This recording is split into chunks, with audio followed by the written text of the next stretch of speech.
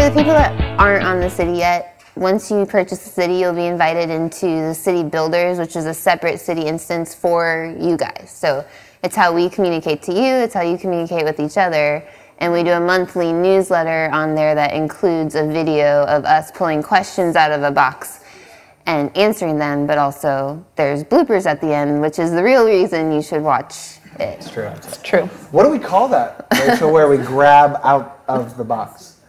What do we call that segment? Outside of the box. Outside of the box? All right. Well, maybe we should stop this and answer some questions. Yes, ma'am? There are certain church-wide events that you would just want it to be the face of Peace Baptist Church. Yes. And not necessarily the face of Pastor Barnett. Yes. Sure. Or the second, or this administrator who actually posts a church-wide event. Because people oftentimes attach that post to the face. Yes. So is there a way to post, say, on behalf of Peace Baptist Church and not necessarily be a face? Yeah. Rachel's got it. So basically, you can create a generic profile. You just need an email address to actually send it to. So if you have like an info@Peace Baptist Church email address, send an invitation to them, to that email address. Create a profile for it, and the picture is your logo, and then you just and the name is Peace Baptist Church, last name. And you're just posting as that user. So you could have multiple people that know that login that could get in and post. It might also be a good idea to create one that's a female and one that's a male because of the targeted women only, men only option for whenever that's appropriate. So that's. And if you don't find yourself, if you have a lot of men only and women only posts, that's a great option. If you find you only have one here and there, you can also change the gender of the post, when you need to. So, yeah. Outside of the men only and women only, the gender doesn't really show up because the picture is the logo, so it wouldn't matter. Yes, in a couple of meetings, I realized that I had at one time created that identity for the church and had intended the city to always post as the identity of the church and wouldn't be coming from me. But as things moved on and life happened, I'm now posting as myself all of the time, and I want to get back to that identity of the church because I just think it does make a difference who it comes from. They don't always want to see it from me.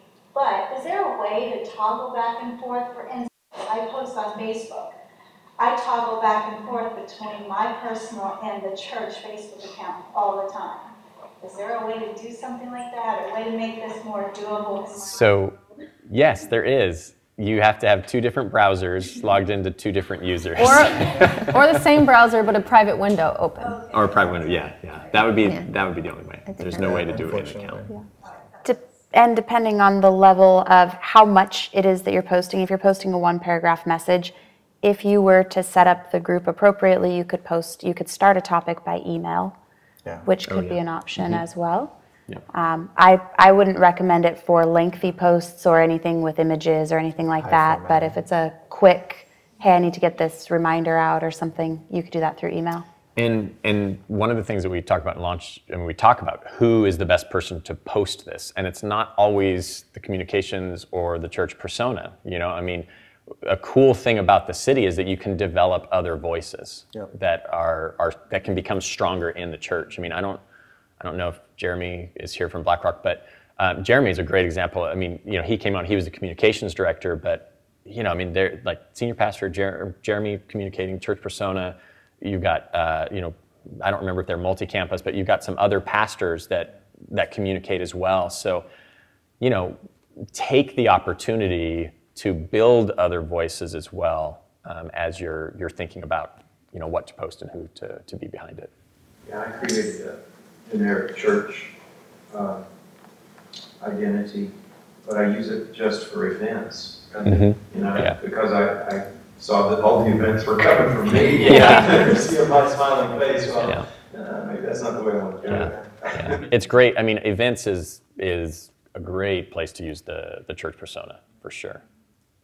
I think too, when you're gearing up to launch, so in these beginning stages, kind of almost building a rotation and saying, okay, you know, John, it's your turn to post this event. Steve, it's your turn to post this event. Just to get the practice of doing it, it's going to create a habit for them as well. And they can't say down the road that they don't know how to do it or they're not comfortable with it. They were able to practice when there were 10 people in the city. And it's going to look a lot more engaging having lots of different pictures when people get on and see their news feed instead of the same person or all of the church logo. If they get on and they only see the church logo, then that's what they're going to think it's for. So.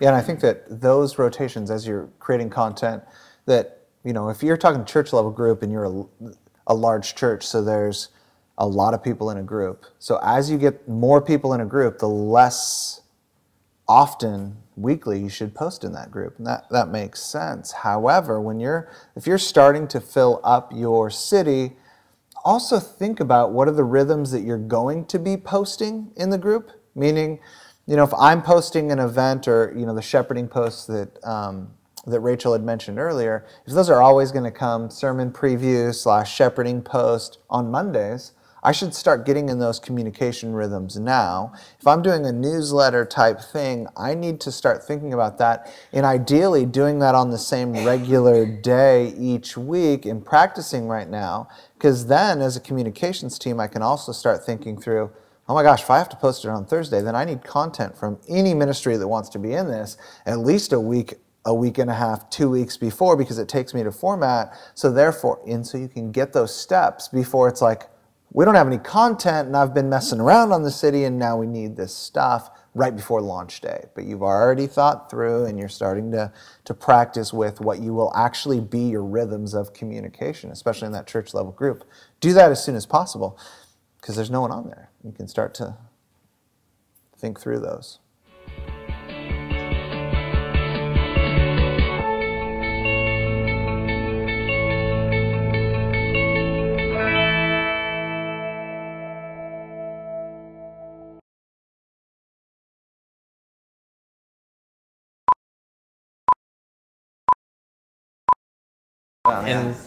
And they do. I It's mean, different, you know, that's they why I look have at a it. lot of the same. It's like a little mic. Mic test. Yeah, like knowledge that we do. Let's all talk at once. Let's talk at once. Okay. Go.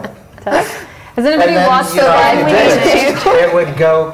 All right. End of the day. Go, Christy. Tim, I'm talking. I'm sorry, the middle of your sentence got in the way. Has any One of mine. other?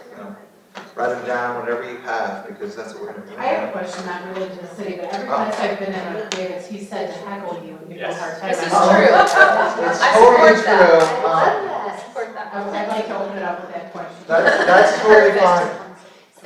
Well, you're gonna sit to answer it. This is- So the question is, why does David feel the need to talk that way about his coworkers? Exactly. That sounds about right.